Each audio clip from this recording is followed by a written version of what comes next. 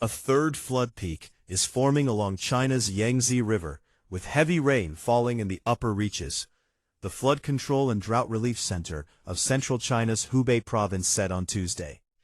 The local authority has urged local residents to remain vigilant, as the high-level water will remain until early August.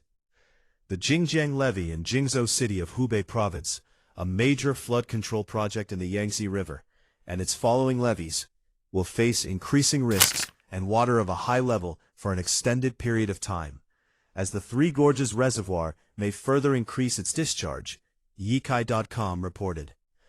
The flood control along the river is faced with a very serious situation. The Chongjiang Water Resources Commission upgraded the warning level in the Jingjiang part of the Yangtze River, which runs from Hubei to Hunan, from blue to yellow on Tuesday.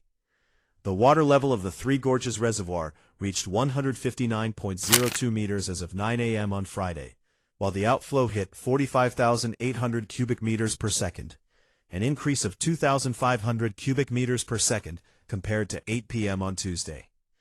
The Flood Control and Drought Relief Center in Hubei urged the relevant authorities to closely monitor the Yangtze River's water level, in addition to the 5 lakes and medium-sized rivers in the province. The second flood peak, which formed on July 25, had just passed Hubei's capital city of Wuhan on Tuesday night. Experts explained that since the Three Gorges Reservoir's flood peak had dropped, the downstream discharge of water was more fluent, and therefore it did not peak in Wuhan. As of Tuesday, more than 45.52 million people in 27 provinces including Jiangxi, Anhui, Hubei, Hunan, Guangxi, Guizhou, Guangdong, Chongqing, and Sichuan have been affected, and 35,000 houses collapsed since the main flood season started in China on June 1. China's Ministry of Emergency Management announced on Tuesday. The direct economic losses caused by the floods has hit 116.05 billion yuan, down 5% compared to the average number for the same period in the past 5 years. 142 people have reportedly died or are missing in the floods, down 56.5% compared to the average number. The remnants of Typhoon Noel pushed deeper into China on Tuesday, threatening heavy flooding across a broad swathe of the country's southern and central provinces, as forecasters warned the weakened storm could linger inland longer than usual. Torrential rain, fueled by the effects of the southern monsoon, is expected through Thursday in Fujian, Guangdong, Jiangxi, Hunan, Hubei, Henan, and Guangxi, according to the National Meteorological Center. State media warned the storm's northward-bound path across mountainous terrain raises the risk of floods, landslides, and other disasters before it weakens further.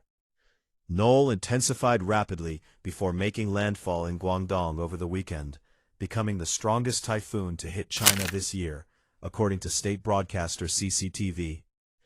The authorities are bracing for overlapping typhoon and flood season risks, with emergency and housing officials ordering stronger flood control measures, inspections of critical infrastructure, and the pre-deployment of rescue teams and equipment in vulnerable areas.